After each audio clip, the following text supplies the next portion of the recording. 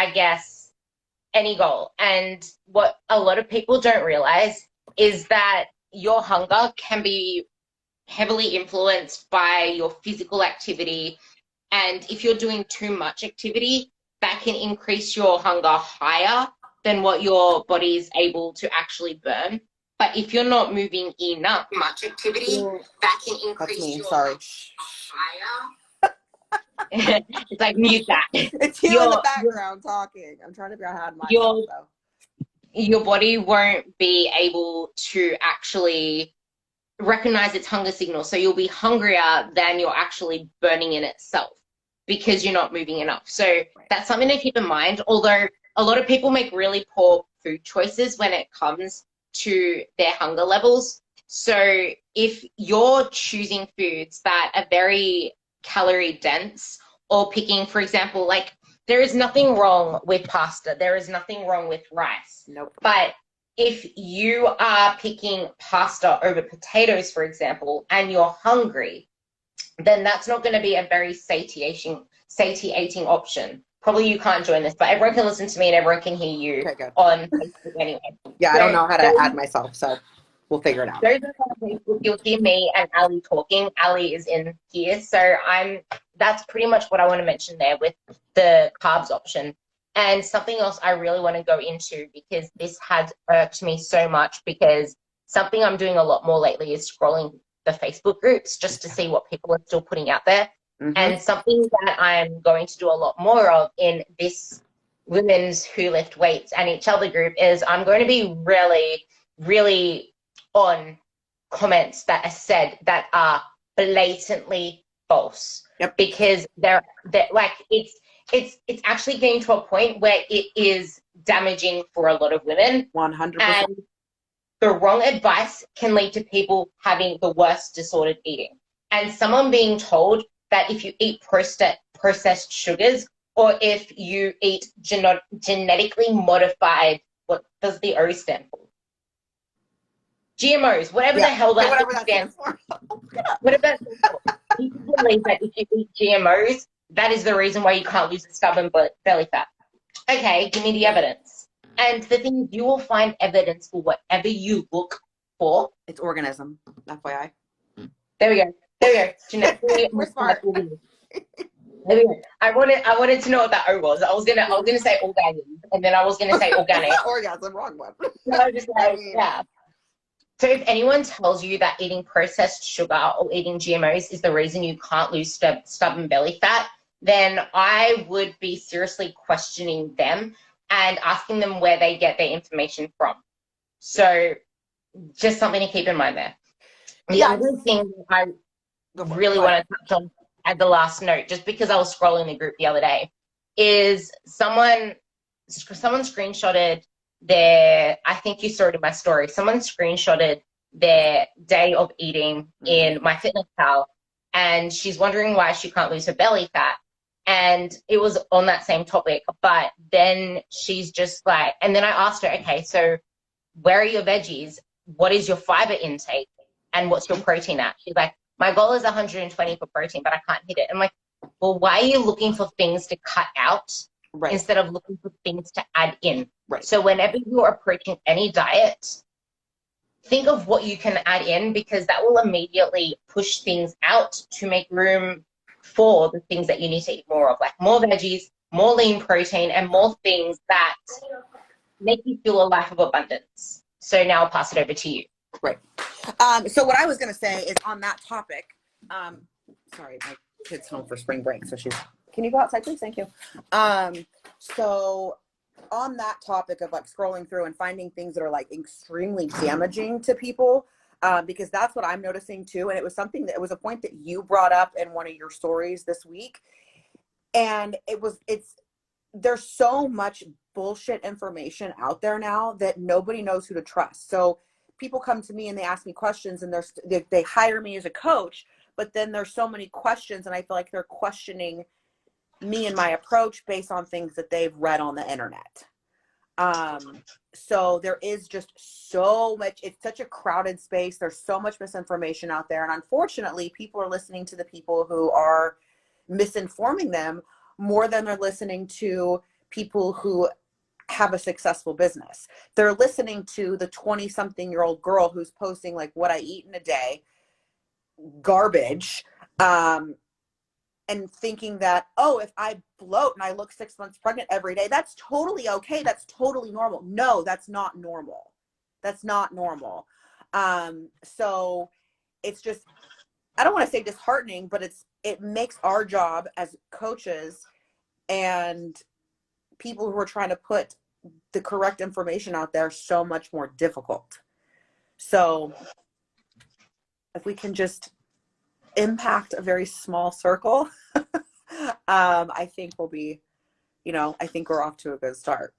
But I think like doing these lives a lot will actually help a lot of people actually see the truth, because we can, like, I'll start scrolling the group before we actually jump onto this and pick out things that we can rant on about, because it, like what you just said about 20-something-year-olds full day of eating, it's so true, because a lot of the people that we see on social media are younger people. Yeah. And something to keep in mind with younger people is that they can get away with a hell of a lot more. And something that irks me to the bone is, it is gonna be so funny if they're watching this video, but I don't give a shit, because it's, you're gonna kill someone. There's this guy at my gym who's he's drugged up, and he does comp prep for mostly males, but now females are coming on.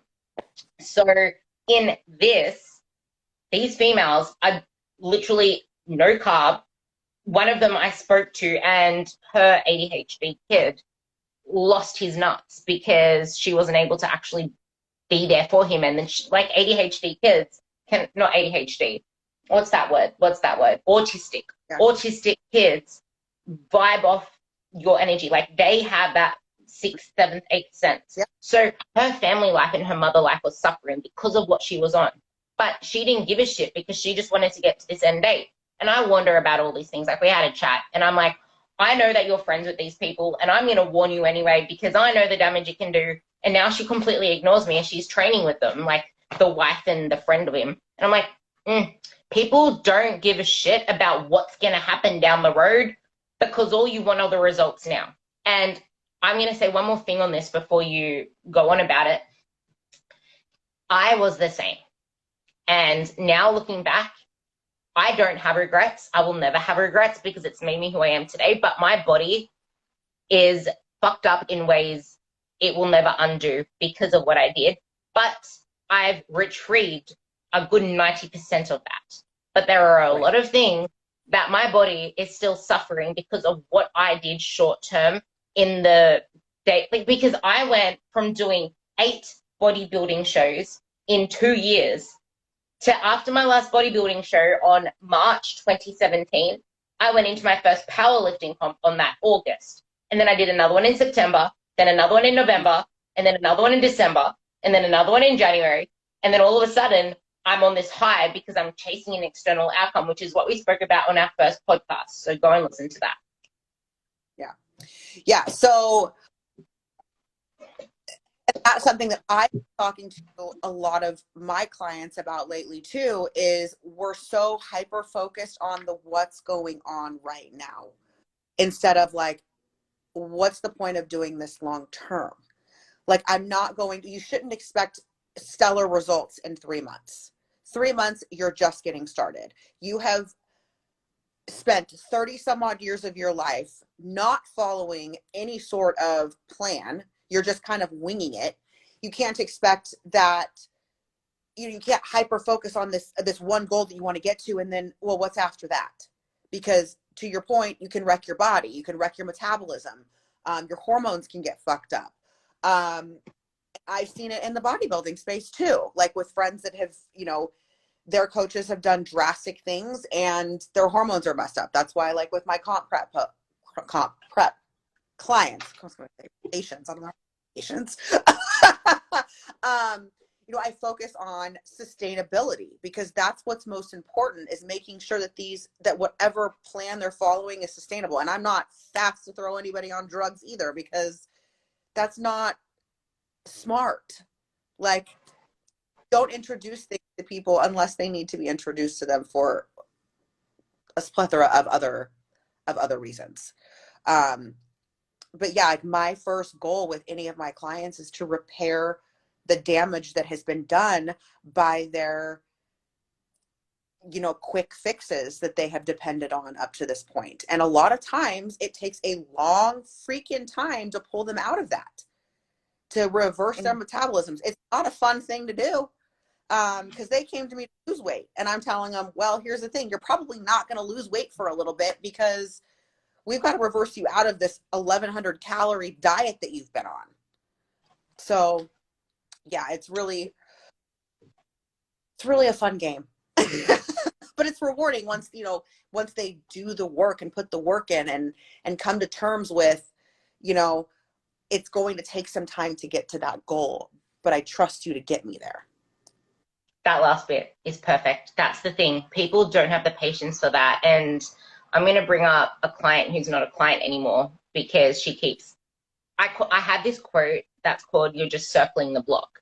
Because a lot of the time, like, we always speak in analogies of cars, and the car can be like stuck in the driveway for starters because you don't know what to do. And then you know exactly what to do, but you don't act on it. So you just keep fixing the car. And by fixing the car, I mean, like, you're getting information from everywhere, making sure the car looks really, really good, but you're not letting it leave the driveway. But then as soon as you finally allow it to leave the driveway, get a coach, whatever, you're still in the same mindset that you started with. So you keep circling the block. You don't leave it. And that's the way that I see it. I just haven't been able to fit it onto a freaking tweet yet. So I need help reducing that into a tweet, because that tweet needs to be on everybody's friggin' background. But that's what I was saying. So this lady, because everything she believed was eat less, move more, she wouldn't, like, she physically said that she was committing to the goal, but she didn't, because she was never planning ahead to make sure she was hitting the 2,000 calories that I put her on. Right. So some days she'd be under for a while, and then she'd go over by a lot, and then she'd be under, but not once on those days was protein properly hit, until eventually she finally got it 3 days in a row, and then all of a sudden it dropped off again.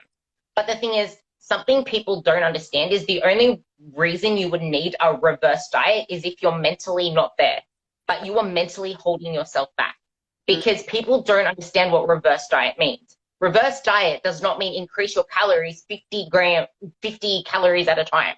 No. Like, stop doing that shit to yourself. Stop fearing food. Someone on 1,200 calories goes, I'm reversing my calories to 1,350 today. I'm reversing my calories to 1,500 today.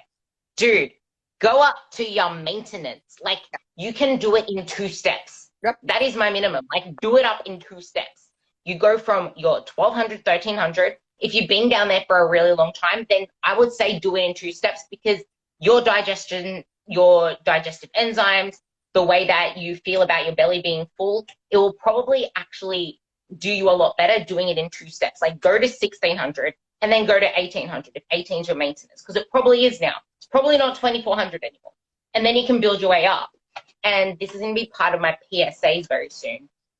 But people think that you're going to love this one. You're going to love this one. You can take this one.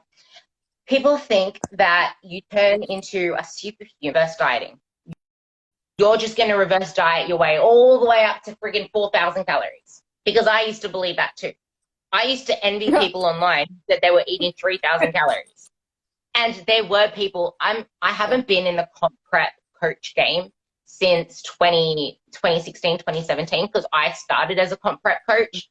I put about 55 odd girls on stage, but I've only put 1 girl on stage since 2017, but 2 actually. But back then, I was really in tune with all the people that were using PEDs. And yeah, they were able to maintain 3,000 calories, but they were also really tall, and they've also been in the game long enough. So you can't compare your calories to someone else's. And then I had people asking me, what do you eat in a day? I'm like, what I eat in a day doesn't matter what I eat is going to make you fat.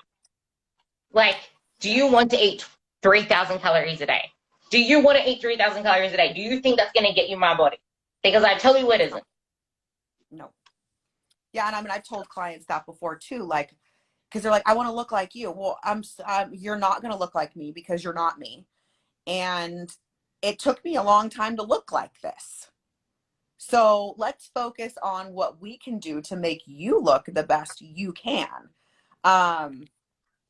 For your body type, for your genetics, for your metabolism, for your 100% personalized set of genetics. So I'm totally with you on that. And that's one of those things, because I have clients all the time. Like, I want to look like you. What do you do? How often do you do this? How often do you do that? Da, da, da. It's not, what works for me is not going to work for you. Just because I do legs 3 times a week doesn't mean that you can do legs 3 times a week at all. And your goals are different than mine. Like, what works for me is not what works for you. You eat way more food than I do, like, normally.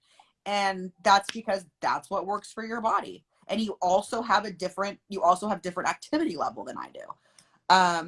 So it's one of those things that never expires. It's one of those conversations that's never going to expire. Yeah, it's never going to expire. Like, I think about it, there's literally nothing you can do. Like, because people are always going to be like, I want to look like you. You're my goal. Okay, well, you're not going to, but, and I struggle with that because I'm like, oh God, I would love to look like her, but I'm never going to. Yeah, it's something that you're always going to have to pull yourself up on, because it's something that, like, no one's immune to it. There was something that I saw a really good coach post about how she was impacted by the scale because she's building. And this is actually something I want to talk about here as well, because I've already spoken about it on 2 podcasts. But here's the thing. It's uncomfortable to push yourself on more calories. Like, right now, it took me 2 weeks to be okay with myself just adding an extra 100 calories, because I was on 29 and I needed to push myself to 3,000 because it's uncomfortable for me. I'm feeling bigger in my clothes. I'm actually feeling like I'm never hungry. Like, for the first time ever, I'm not actually, I want food because I love food. So I'm like, I'll go eat more food, but I'm full. I'm like, should I actually just eat now or just like wait until my meal time? Because I have certain meal times that I'm just like, I'm going to wait until my meal time. I kind of do that right now. Okay. I literally just eat at the same time every single day, and I stick to that. I could eat pretty much all day if I wanted to, but I don't. I have a routine, and the body craves routine. Every single cell in your body has a circadian rhythm, including your digestion, including your gut microbiota. So that is something to keep in mind. But, like, the way that I eat as well is, as soon as I start eating, I want to keep eating, but I never wanted to eat. You're the same. Yeah. So I actually had that same feeling yesterday. I was like, I needed to eat because I was like, if I don't eat now, then it's going to fuck me up for the rest of my day. And so I ate. And then the second I ate, I was like, oh, I'm starving now. Like, I need to eat my hand. And I had to stop because I was on the way to go meet a client. And I was like, I need to get a soda or I'm going to lose my brain. Exactly. That's actually a natural phenomenon. So this is something really important to touch on. And then I'm going to answer this chick's question, and I'm going to turn the comments off her thing. But that, like, we can easily not feel hungry until we actually start eating. And then the body starts up-regulating its digestive enzymes. Right. The appetite hormones start to take effect. And the thing is, your satiety hormone takes a good 30 minutes to kick in. And if you're someone, probably like Ali just said, she was on a rush, she shoveled in her meal. She didn't give her appetite signals the time to kick in. Like, for me, depending what I'm eating, I would either just want it out of the fact that I fucking love food, or I would want it out of the fact that I just gobbled a meal without actually paying attention to it. Or the big one, I'm very guilty of this, and I admit it because we're all human. I don't mindfully eat most of my meals. There is only one meal that I mindfully eat, and that is my tuna bake. And even then, I'm kind of like scrolling a little bit on my phone, but I'm actually chewing my food. Yeah, that's me. But back to the thing where I was feeling uncomfortable. Like, I actually chew my food a lot more there. And it's funny because everybody thinks that people put up everything online when they know that they don't, because we don't put our worst online. And no. On that note, people think it's so easy to be a certain way. And you know this because you're in the comp prep space. And I was there too, and I was that person where I looked like I didn't really gain all that much weight in my bulks, as people used to call it. Please don't use the word bulk. Please do not use the word bulk. It is disgusting. It's build. There is no such thing as lean bulking. There is no such thing as clean bulking. There is no such thing as whatever the bulking or dirty bulking. You're putting on plain and simple. You're building. You're building. Can we just say building? Because all these terms are coming from the bro world, and it is damaging. It is damaging. Like, you should not be going through bulk and cut cycles. Yeah. They're called deficit, fat loss, and muscle building phases. Stop calling them that, because that aside, it's uncomfortable to feel bigger in your clothes. It's uncomfortable for that stuff. Yep. And one of my girls, I'm trying not to rant on too much because I want to answer this chick's question, and then you can like add on your thing. But she has work pants, and I'm pretty sure all work pants are literally the least forgiving thing ever. Like, they are less forgiving than jeans. Mm-hmm. And I don't even own jeans. I don't even own any pants. I just own leggings. That's it. But I don't own pants. I've never owned pants. Like, but even in my shorts, like, I can feel them on me a lot tighter now. Like, I just feel bigger now, and it can be uncomfortable. I don't even know how the scale moves, because the scale goes like this all the freaking time. Do either of you squish? That we have a creep online that probably gets on a high from us squashing spiders, because he just asked us if we squash spiders with our boots. I don't know whether you meant boobs or boots, but I don't own boots. Ali probably does, because she's a fashionista. Sorry, sir. Or ma'am. Okay, but yeah, it's uncomfortable. It is uncomfortable. So stop restricting yourself to clothes, because what's worse? What is worse? Tell me what's worse. Getting uncomfortable, building muscle, feeling a little bit more fluffy, whatever it takes, and then cutting off that fat and revealing it, or that uncomfortable part, or the discomfort of realizing 3 years later, or 2 years later, 1 year later, you look the exact same, because you didn't allow yourself to go through that discomfort. Because I know clients, I know people who have done the same thing, and the hardest thing for a coach to do is to get you to do what you need to do. Yep. Because you're the client. Like, it's hard for us to tell you the freaking truth. Oh, yeah. Sometimes.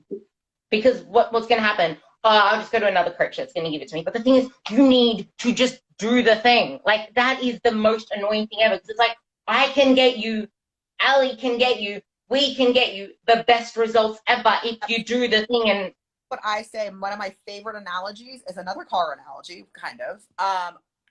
I'm just the Google Maps. You're the driver. You take this car. I give you the directions. You take this car wherever you want it to take us. But I'm not forcing you to follow the directions. You can do what you do. But, and that's the thing. I've had clients that have worked with me. They're like, it's not working. It's not working. They fire me and they hire another coach, and nothing changes. I know. I like that. The Google Maps works because Google Maps is updated software. So we will let you know when there are D2 routes around. Exactly. Let's kill the GPS analogy. Let's start using the Google Maps one. I freaking love. I've come up with all these random things all the time, and that's one of my favorite ones. Because the thing, and I'll reroute you when I need to reroute you, but like, if you don't follow the plan, you're not going to get from point A to point B in an enjoyable fashion. So that's the thing. I want to answer this question. I'm going to put down now, because we're saying it at point 25. So this chick has put in, let's turn off comments for this. Okay. So, my husband says in order for me to see more muscle definition, I need to hit cardio more. Is this true? Saw that. I do cardio, but I like the Stairmaster elliptical or walking at incline on the treadmill. I don't run, and he seems to think that's how I'll see better muscle definition. I'm going to start this off because there are 3 things I want to mention. 1, if anyone tells you that you need to run for your results, cut them off. You should run the other direction versus run for them. And if it's your husband, just tell him you don't understand. Like, it's hard when it's your husband. You don't understand what it takes to get these things. Like, you can either educate him or tell him not to talk about things he doesn't understand. And I had to do this with my parents because when I was like back then, when I was starting out, I had to tell them to just keep their opinions to themselves because they don't understand this. Second thing, cardio is freaking cardio. You can do it. You can do it in the bedroom. You can do it on a Stairmaster. You can do it on the elliptical, whatever. Do it. Yep. I just walk incline, but I'm about to start boxing and do my conditioning for that. Cardio is whatever you want it to be. And the third thing that Ali's going to actually expand on, because I've spoken enough, is you will not see more muscle definition by hitting cardio more. You will see more muscle definition by building a shitload more muscle and watching your diet. Take that away. 100%. So I saw that question posted in earlier today, and I think there were like 25 comments, and I clicked it open and I was like, I can't even look at this. I can't even do it. But 100%, the two things that you need to do are get your nutrition in check. Make sure you're eating consistent macros on a daily basis. Make sure you're getting enough protein, the correct carbohydrate, the correct fat to support your muscle development, and you need to lift weights. If you do those two things and throw in a little bit of cardio, and I'm talking like Ruby said, I focus mainly on nutrition and resistance training, or nutrition mainly. But I tell all my clients a 20 to 30 minute walk 5 times a week is completely adequate cardio if your nutrition is on point. Plain and simple. Plain and simple. Doing excessive amounts of cardio is not going to help you. It's going to actually hurt you, and hurt you from the aspect of you're going to start burning muscle. And it sucks. Who wants to do endless hours of cardio? Like, it's not good for this. So yeah, 100%. The way you're going to see more muscle development is nutrition. Hire a nutrition coach. That's the best way to do it, because macro calculators are BS. And resistance training. Yeah, exactly. And I want to add on one more thing to that that's super important. There are two things to consider when it comes to cardio. One is that too much cardio, and if it's intense, it is going to actually hinder your recovery. And recovery is needed to actually get the body composition results that you want. And the second thing to keep in mind with cardio is you shouldn't just not do it at all if you have health issues especially. But you will not get the body that you want to get if your health isn't in the right place. So if your blood pressure is through the roof, if your heart rate is jacked up all the time, like if you have these health issues, you need to actually look after that. Yep. But people thinking that you need to do, you don't need to do any cardio for fat loss. Cardio is for health. That is the only thing you need cardio for. Yep. Otherwise, like anything else, you need to weigh up your recovery. There is one more thing that I want to touch on this group, and then we can do one thing on your mind before we sum up this episode of the podcast. There are so many things happening in groups lately, and I don't know whether it's because they were New Year's resolutioners that were starting at the start of the year, but everyone seems to just start losing motivation. And we just finished the first quarter of the year. I was just double checking that. We just finished the first quarter of the year, and it is normal for motivation to fade. Mm-hmm. It is normal for that shit. Like, I don't always have days where I feel like it in the gym. Like this last week was I trained 4 days a week: Monday, Tuesday, Wednesday, Thursday. On Wednesday, which was my mostly upper body day, I just couldn't give a fuck. But here's something to realize: one session isn't going to weigh you down as much as the way that you respond to the way that you handle that session and then let it carry it on. Mm-hmm. Your negative response is going to hold you back a lot more. So what did I do? I complained for like 2 exercises, and then I got into the leg press, which was the only lower body exercise that I had for that day. I did 1 set, and I'm like, you know what? Fuck this. I'm going to do something super easy to finish this session, which was another machine, like a pin loaded machine. And then I just went and walked on the treadmill until I did my boxing session. Yeah. And I felt great after that because I did something I wanted to do that wasn't on the program. Yeah. And here's the thing. your coach isn't going to yell at you. And if your coach yells at you, you need a new coach. Yeah. But if you're having a down session and you need to change your mindset to get through that session, do it. Because Yep. I'm not going to go off at you if you need to do that, because you're going to come back stronger the next day. I think someone is pissed off that we're not saying hello, but we said hello. But whatever. But that, like, don't get down on yourself because of that. And just because I know she's going to watch this video, this stuff, I'm going to talk about the motivation thing very soon, and then I want you to talk about it because it's actually really important. But something that really gets me down, because I'm such a heart-centered coach like you, we both are, is when people start stressing about the week ahead, knowing that it's going to be really busy and there's a possibility that you can only get in 3 sessions, not 4 sessions. And that's something that is giving you massive anxiety. It's like, but why? This is something that you really need to, I didn't get the chance to ask her because I know she was going to go to sleep, but it's like, but why? Mm-hmm. Why is this going to be something that's going to impact you that much? What feelings is it going to bring? Is it that you're scared to lose progress, that you're scared to gain fat? Like, what are the feelings that you're having in this moment? Because a lot of them aren't real facts. And if you allow those moments to take over you every single time, and you have to be 100% all the time, you have to be perfect all the time, you're going to run out of this elusive motivation more often than not. And then you're just going to give up on yourself and not even full ass everything. Like, you will never get results that you want with that attitude. Like, I'm being blunt out honest. With that attitude, you won't see results if you're always losing motivation because everything has to be so dialed on. Yeah. Because what happens is the effort you put into every session and every set and all of that starts to fade away because you're not performing at your best mentally. Right. Take that away. Right. Yeah. And this is actually a conversation I was having with somebody yesterday is stop. She was talking about like when she was done working with me, and I said, being fearful of falling off. And I said, well, at the end of the day, the only thing that's standing in your way, or the only thing that's going to cause you to fall off after working with me, is yourself.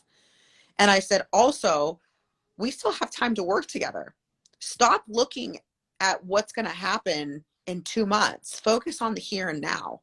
And I think people do lose a lot of sight on what's going on right now. And like I tell a lot of my clients, that I have another client that's going to be out of town this weekend, and she's been totally on point every day leading up to this trip that she's going on. And I gave her some, updated macros to follow while she's on her trip. And I said, here's the deal. 1 weekend isn't going to wreck your progress. 1 weekend of eating a little bit over your macros is not going to wreck your progress. I was like, because as soon as you get back, you're going to fall right back into plan. Same thing with, missing 1 day at the gym. Missing 1 day at the gym is not going to wreck your progress. However, I understand where people are coming from with that, because I used to have the same mentality. I kind of had the same mentality today because I got up early this morning because I had plans today with my kid, and I got up and went to the gym early, and I literally sat in my car for like 5 minutes and was trying to talk myself out of going. And I'm like, oh, I'm just listening to my body right now. My body doesn't want to go to the gym. No, it's not my body that doesn't want to go to the gym. It's my brain. It up, because I knew that as soon as I got there and I started working out like you did, I would feel better. And sure as shit, I felt better. It wasn't like my best workout ever, but I went, I did it. I did what I wanted to do, and I felt good about it. But the fear of falling off track one day and then letting it snowball, whether it's the gym or whatever activity you're into or food, like that's not a healthy mentality to have. I'm like, focus on the here and now. If things don't go according to plan, just do better the next day. There are 2 things just to touch on quickly is listen to your body can be taken completely the wrong way. And this also goes in for intuitive eating. It's like, if I intuitively ate, I would probably if I was like me right now, if I intuitively ate, I'm very loose on the way that I track my food most of the time because I eat the same shit every day. Yeah. But if I was just starting out, I would become a freaking elephant.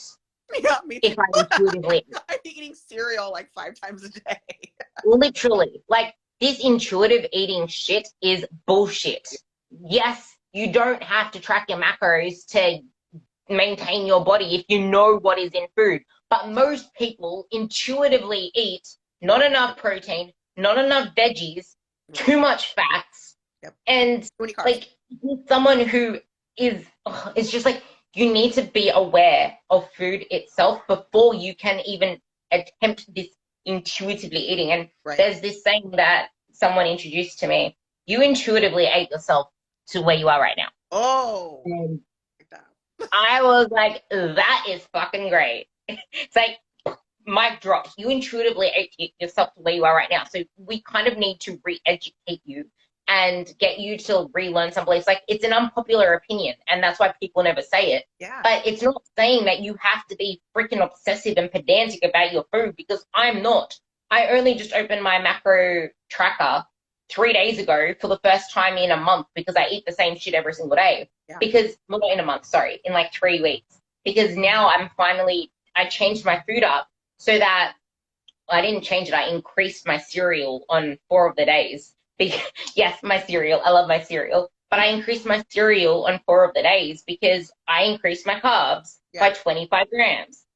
So on 4 days, I have the increased cereal. And then on the other 4 days, the other 3 days, I'm just leaving it there for now until I get back into my kick, like get back into this boxing stuff. Yeah. And then I might need to bring my food up more, because something people don't realize is if you're adding in work, you need to make sure you're recovering from it as well. Correct. Yeah. And that's why, like, I have clients who, I have a client that's running his first marathon, and he just did like a practice run. I mean, it was half marathon, but he did a marathon a couple weeks ago, and I'm like, okay, keep me updated. Like, do you need more food? Like, are there days that you're going to need more food because you're running and you're hungry? And I'm like, obviously, like, there's a difference between hungry and hungry. But I'm like, just listen to your body and let me know, like, are you feeling, uncomfortable? Are you feeling sick? Are you feeling like you're going hypo? Like, lots of just different questions to make sure, like, is your activity level supported by your food?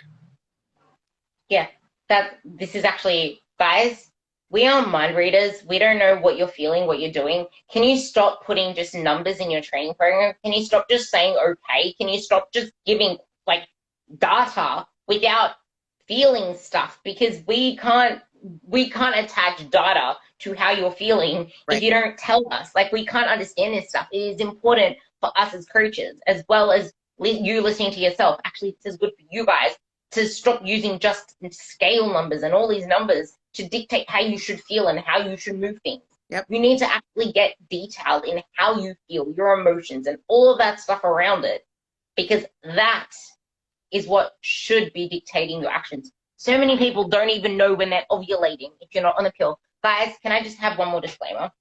If you're on the pill, you do not have a period. You have a bleed. So let's stop calling it a period. But back to my topic.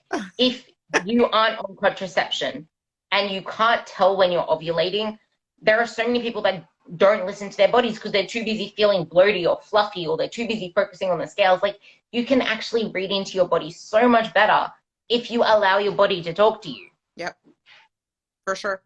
For sure. And that's why I try to bring awareness to that with all of my clients. Like, that's why you pull the attention away from the scale and ask deeper questions. And that's kind of what I'm doing right now. I'm really having a shift in how I coach and really trying to find an understanding, like, okay, you're not hitting your numbers or you're eating over your numbers. Like, I don't want to just like, why? Like, you need to hit your numbers. No. I'm way more like, I don't know, in the last couple months, I just want to know, like, emotional reason. What's the mental reason? What's the mental block? Like, is there a mental block? Because you're not hitting your carbs. Like, can we talk about this? So it's just really me wanting to further understand their bodies and their minds, because that's how I become a better coach. I love that. And that's the thing, like, that's exactly why I'm going to end the Facebook one. That's exactly why this podcast now is going to be probably one of the best ones that we're going to have out there between any two people, because we're raw, we're real. we've changed the way that we're coaching, like over the years, and we've updated our practices. There are so many people that don't do that. There are so many people that just have you as a sign up, not an actual client. So that's exactly why we're called Beauties and Brains, but we also add the banter with a BBB, with a BBB. Hit that. You know that reel that goes.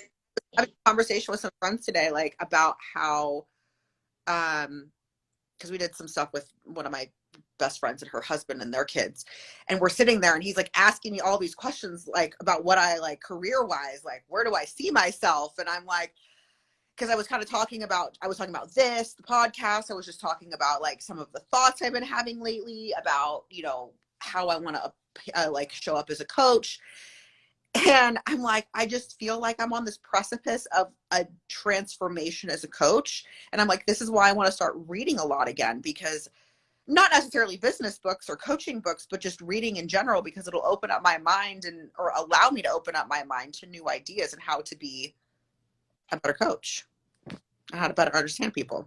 So I love that. And that's actually, now this is just me talking to you, and I'm going to I'll cut the podcast off there. But that's the thing when someone was replying to this stupid eating clean thing. But that's the thing, like with a lot of the things that we do, because we care so much about our clients, we put so much energy into talking to them, to doing things for our business, that we don't, like, it is so hard to find the time to keep reading the things, to keep like doing the extra stuff. Yeah. So it's these conversations that we're going to be able to actually take you guys to the next level. We're going to be able to check in on ourselves, like with each other, to go through the groups, because it's in going through these groups and seeing the questions that people ask that will spur us to know what to look for next, to know what to talk about, to know what to bring up in a podcast, so that we can deliver you the best information from what's usually commonly asked. And if you have any questions for us, always pop them in here, because we will talk about them. Yeah. And like, it's not even a matter of fact of like, where do we see ourselves in a career? Like Ali said, this is what we do. This is us. This is what we have a passion doing. This is what fills our heart. Like Ali and I'm speaking for you regardless, because I know you're a heart-centered person, because I love you to fucking bits. But Ali and I hurt when our clients struggle. Yeah. And that's why it is so important for us, for you guys to also celebrate your wins, because they make us feel like we're getting birthday presents, Christmas presents. And I just got goosebumps. I cry daily. When somebody texts me or emails me like some victory, I cry. They become my friend, my family, my people. I started crying saying that. That's why I got goosebumps. But that's the thing, we invest ourselves so much into you guys because we love what we do. We have lives outside of this, yes, but this is us. This is what gives us the passion. This is what gives us the drive. And anything that we can do to help you helps us become better coaches, because we don't learn off books and research alone. We learn from you girls. We learn from you guys, because I know that you train guys too, and so do I. We learn from you people sharing your struggles with us, answering the questions, because we want to get to know what makes you what makes you think certain ways, because that allows us to understand you at a deeper level. And if all you come to us is things that you suck at, things that you struggle with, how do you think that's going to make us feel? Like we're not because job. Yeah, it makes us feel like shit. I can speak for me. Like, I feel like shit when all I get is everyone's struggles, but they're not willing to celebrate their wins, and they think that their win. This is actually a post I have planned up. I haven't actually put a tweet out because I don't know what to do, but the written stuff is done. Two words that it's not too long. 2 words that piss me off. Only, just. I just did this. I only did this. They piss me off so much because you are dismissing yourself. Yeah. There is no such thing as you just did something. Yeah. You did something. Like, just celebrate yourself a little bit more, because that makes us feel so happy as coaches, because we care. Like, your wins are our wins. Your struggles are our struggles. Mm-hmm. Yeah, we're not able to do the work for you, but we're mirrors to help you along the journey. Your Google Maps. Exactly. Yep. And that's my thing. And I tell everybody, one of the first things I tell a new client is your goals are my goals. And whatever I need to do to get you there, like, let's do this. And I tell them I view me as more than your coach. I'm your friend. I want to understand you, and I want to, like, if you're having a hard time and you need to talk to someone, like, let's chat, because it helps me better understand them, which helps me to be a better coach. Yeah. Like, stop coming to us just for weight loss. Stop coming to us to just talk about what you eat on a day, how you train, what you don't train, what you don't eat, because we don't care about that stuff as much as we care about you. Because it's the right place, then then it all falls apart. It does. It literally does. Because if there's something going on in your life and your feedback isn't aligning with what's going on, which is what we spoke about in our last podcast, go listen to it, is if that's not aligned, then your food's going to get messed up. Yep. You're going to skip meals. You're going to overeat. You're going to have all these issues with your body composition, not losing fat, all these things, because you think that nothing matters to talk about unless it's about food, about being 100% on point. Yeah. And the thing that annoys both of us, I'm always going to include you in this, the thing that it annoys both of us most is when people don't want to continue on with something because there's too much going on to give 100% on something. And it's like, that's when it's most important, because you have somebody to hold you accountable and somebody to help you. Yeah. Because, like, I always we only have one capsule. Treat it nicely. I hate it when people say YOLO in the other sense. It's like, yeah, you only live once, but you only get one body. Do you want to live this one life in pain later on in life? Do you want to live with regrets on how you didn't look after your health? Because you will live a shorter life if you aren't building the muscle mass to allow you to not have the falls, which falls are one of the greatest death risks, like one of the greatest causes of death in your older age, falls. And they're caused from not having enough muscle mass. Yep. Fast twitch muscle mass, not the muscle that is gained from running, which isn't much at all. Like, there's fast and slow twitch. The fast twitch is the ones that you're lifting heavy ass weight. They're the ones that you lose as your age. And when you lose those, you're not going to be able to catch yourself when you fall. Right. And then people blame it on the fact that nursing home people, this is just something that I saw with one of my aunties, and they're like, oh, they didn't look after her. I'm like, no, she freaking fell because she's fat and she doesn't have muscle. Like, I actually said that about my auntie. I felt bad. But it's just like, when I say fat, I meant body fat. But it's just like, that's literally the thing. Like, you are putting yourself in an early grave by not looking after yourself now. I summed my part up. You can sum the part up now, because we're banters. Yeah. And I think the last thing I want to say, and I kind of want it to lead into our next podcast, like maybe a hanger, is, this is totally because of you, is don't let what other people out there in the Google universe and on your Facebook group saying about nutrition not make you trust the people that you should trust. I love that. And not who have the experience in the space to help you get into a healthier space in your life. So I think maybe our next focus on how to find a good coach and how to figure out how to drain out the bullshit, because there is a lot of crap. There's a lot of crap out there. So I love that. The next one's gonna be all about draining out bullshit. Thanks for listening to episode 2. And this will be on, you put it on iTunes, yes? Yes, I will put it on iTunes, yes. She'll put it on iTunes. It's on Spotify and it's on Stitcher at the moment. And it's called Beauties and Brains Podcast. So go give it a look. And it'll be on here too.